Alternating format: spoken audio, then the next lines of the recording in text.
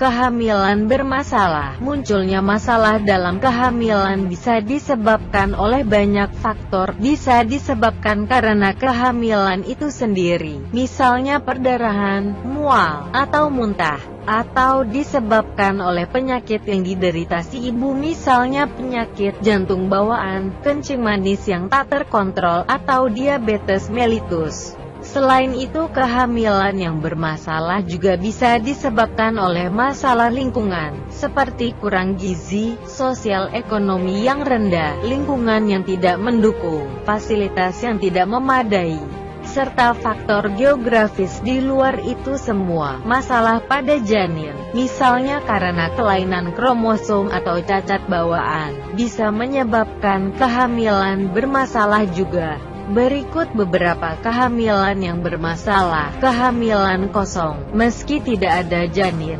blighted ovum atau kehamilan kosong bisa membuat ibu merasa hamil sungguhan.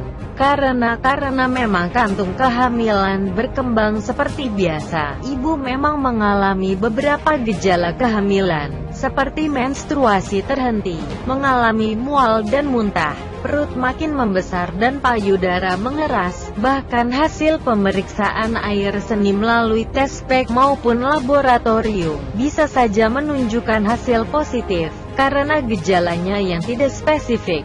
Maka biasanya blighted ovum baru ditemukan setelah ibu hamil mengeluh adanya perdarahan sedikit dari kemaluan. Perlu diketahui juga, perut yang membesar seperti orang hamil tidak hanya bisa disebabkan blighted ovum. Mungkin saja ada penyakit lain, misalnya tumor rahim atau penyakit usus. Blighted ovum terjadi pada saat awal-awal kehamilan bermasalah.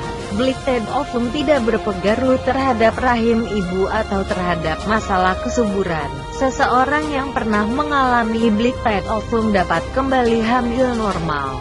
Namun jika ibu mengalami blighted ovum berulang, baiknya dilakukan pemeriksaan dan pengobatan yang intensif karena dikhawatirkan adanya kelainan kromosom yang menetap pada diri ibu atau suami. Mudiga, kehamilan bermasalah yang timbul kadangkala tidak dapat dihindari. Salah satunya adalah kematian mudiga yang bisa menimpa ibu hamil.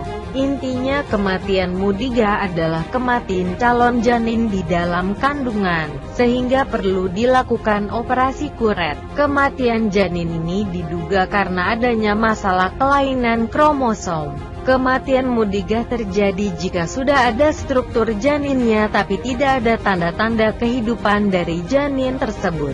Penyebab dari kematian mudiga ini bisa disebabkan dari dua sisi, yaitu dari sisi janin atau ibunya. Pada janin misalnya ada kelainan berat yang terjadi sehingga tidak memungkinkan bagi janin untuk terus tumbuh. Misalnya kelainan kromosom yang berat. Kelainan kromosom yang terjadi pada janin belum tentu disebabkan oleh adanya kelainan kromosom dari ayah dan ibunya.